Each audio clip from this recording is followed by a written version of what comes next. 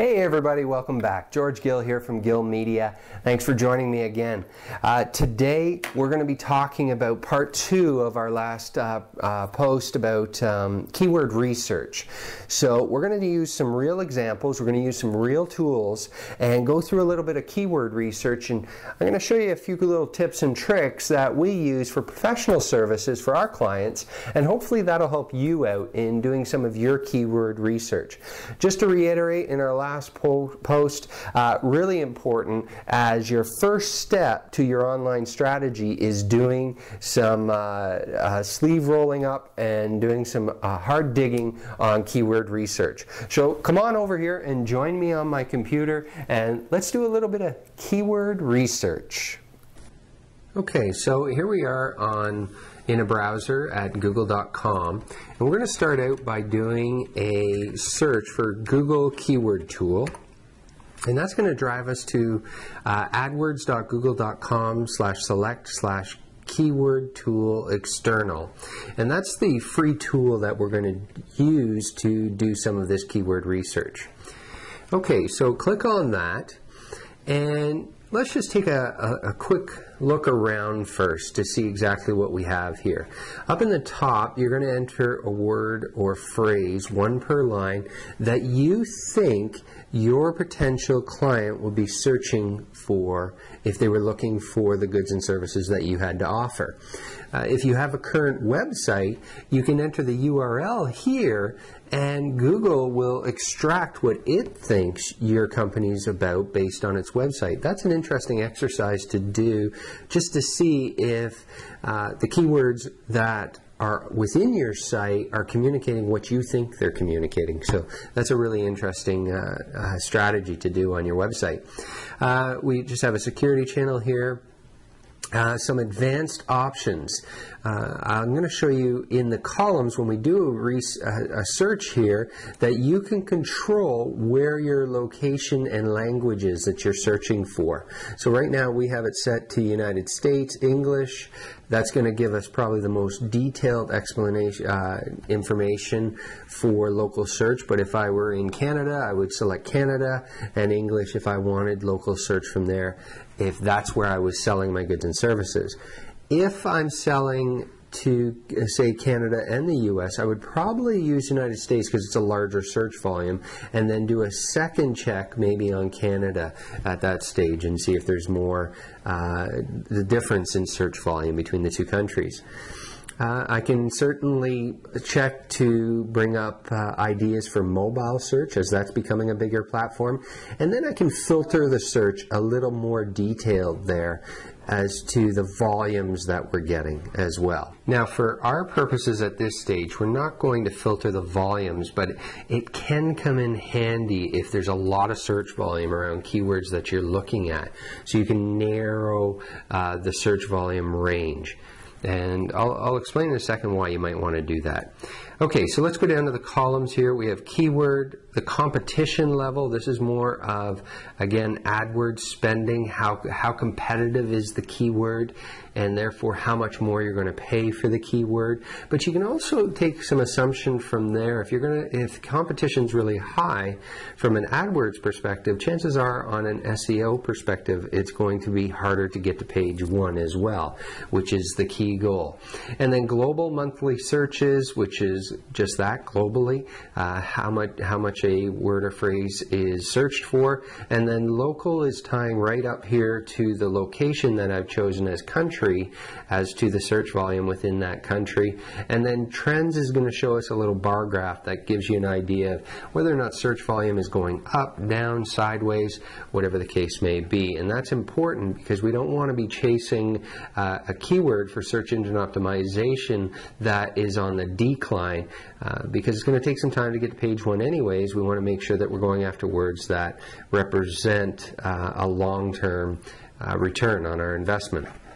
Okay, so we're going to very quickly take a look at 2 different ways of doing some keyword research. The first is being very generic. So let's say, for example, I own a bricks and mortar business that sells and repairs Apple computers.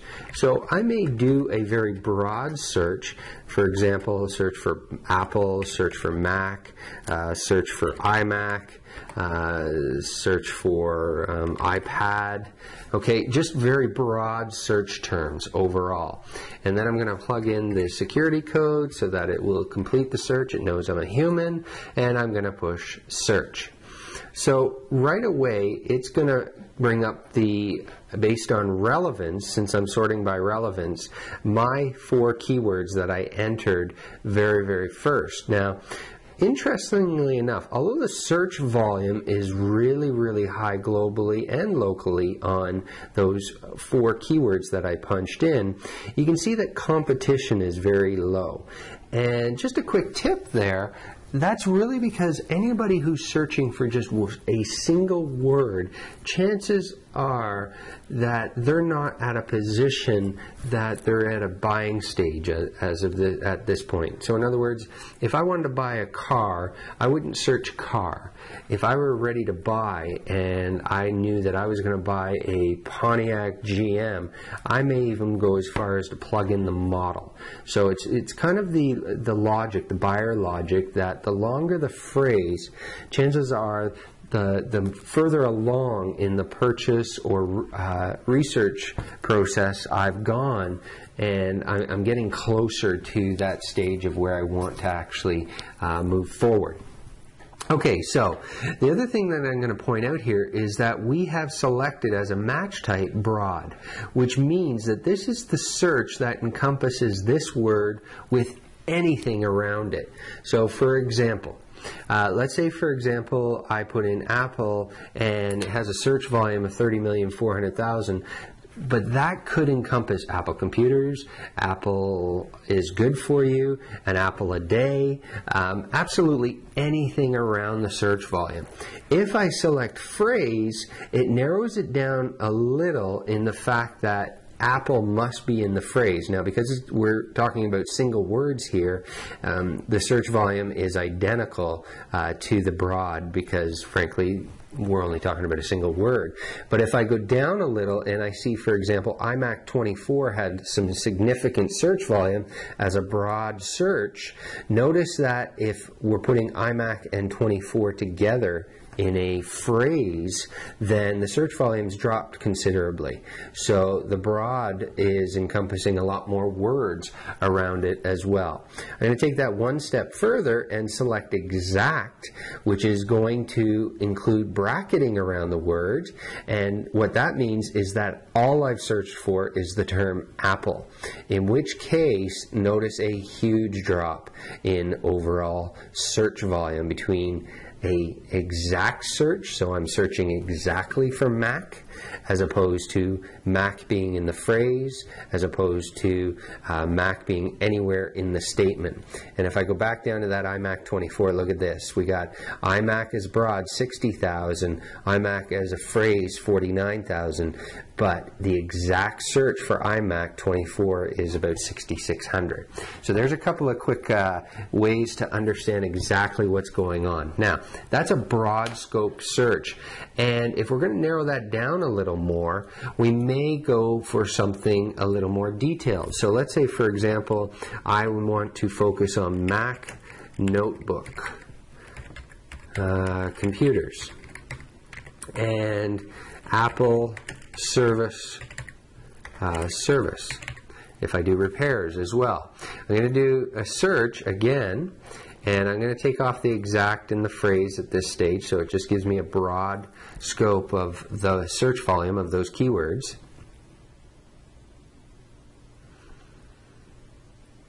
Okay, my screen, we got an error back there, so I'll try it again. Apple computers. I don't know if this was exactly what I wrote, but Mac notebook, probably wasn't, doesn't really matter. Notebook repairs. Okay, we'll try again. There we go. Now she's working. Okay, so again, on the broad scope, we have Apple computers, huge volume, competition's gone up a little, local search trending seems to be fairly consistent. Mac notebook repairs has negligible search volume, so it comes up as dash. It's probably it's definitely a search term that I do not want to go after. However, I may look at iMac computers. Again, it's giving me some additional suggestions here that I can base my ideas on. Now let's plug in the phrase. Let's see, Apple computers together. Didn't drop that much, didn't expect it to, and if I just do exact, we get some different numbers again, obviously. So I want to ideally build out my keywords to where I'm really targeting. So probably 3 to 5 words in a phrase is not unconventional. In fact, it's a great strategy as long as the search volume is there. So we want, as far as search volume, we want at least 1,000 plus local search, and we want 5,000 plus global search as a general guideline on SEO that we want to go after and attack. Now, if you're in a really unique niche, you may not need that kind of search volume, but certainly if it's Apple computers, we're definitely going to want the higher search volume overall. Okay, so I hope that was helpful. That's just a quick overview of using Google AdWords keyword tool to give you some ideas of the type of searching that's going on the web right now for products and services that you may have to offer. So, my name's George Gill from Gill Media. Join us again for another tutorial on how to optimize your website and be successful online.